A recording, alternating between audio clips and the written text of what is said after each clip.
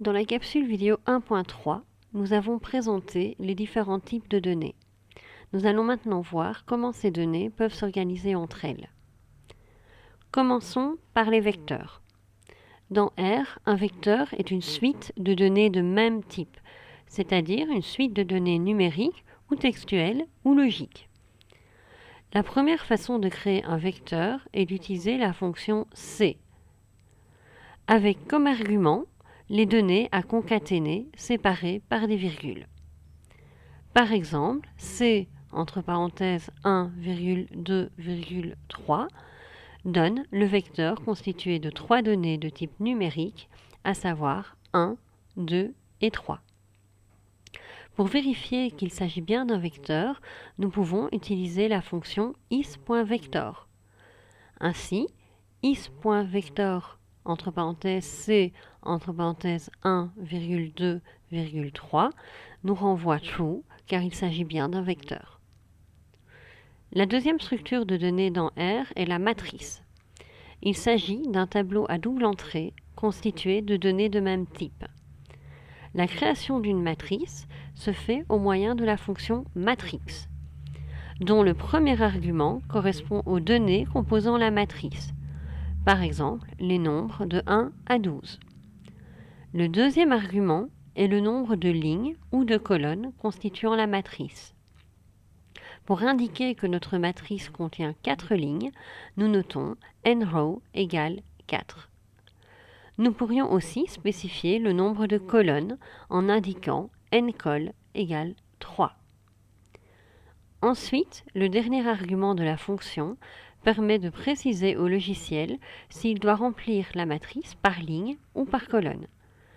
Ainsi, si nous indiquons byRow égale true, les données sont ajoutées ligne par ligne, tandis que si nous notons byRow égale false, les données sont insérées colonne par colonne.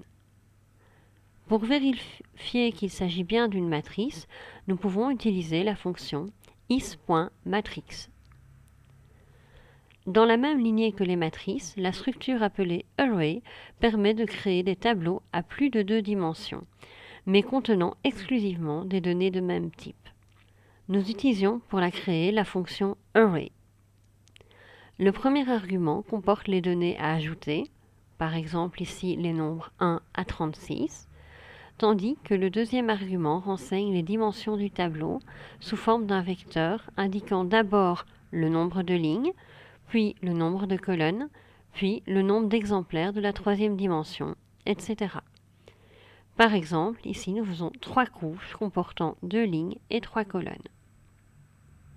Au niveau de la réponse de R, le logiciel présente d'abord toutes les lignes et les colonnes de la première couche, puis la deuxième, puis la troisième couche.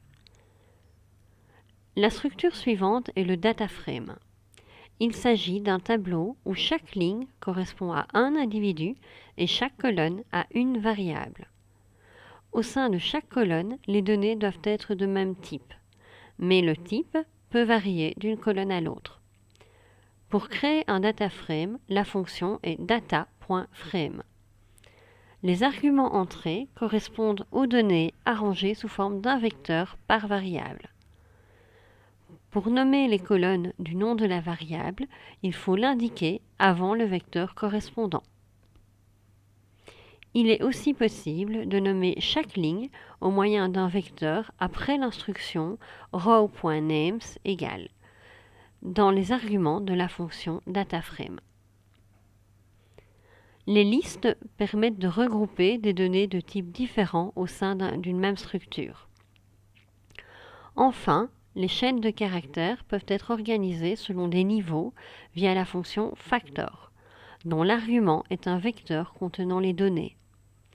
Dans ce cas, R détecte les niveaux des facteurs et peut les fournir via l'utilisation de la fonction levels.